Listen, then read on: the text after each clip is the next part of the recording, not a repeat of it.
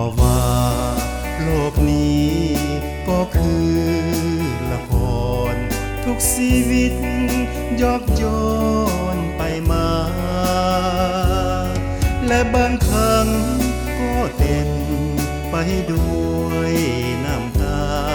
เหมือนดังว่าชีวิตสิ้นความซื่นบาน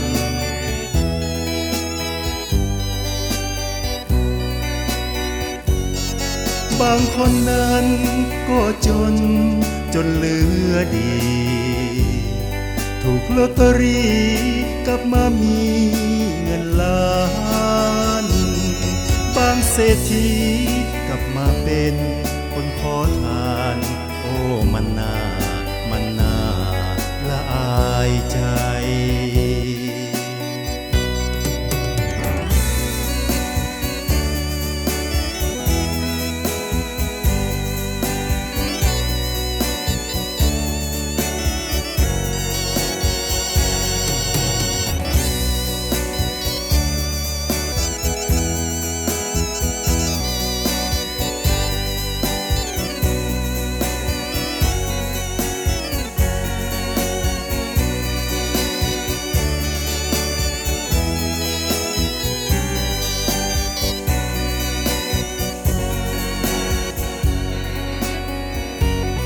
โอ้เพื่อนเอ่ยจงคิดให้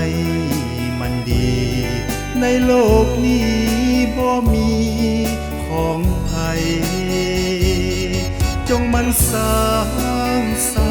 งแต่ความดีเอาไว้ถึงตายไปซื่อยังกองทั่วโลกา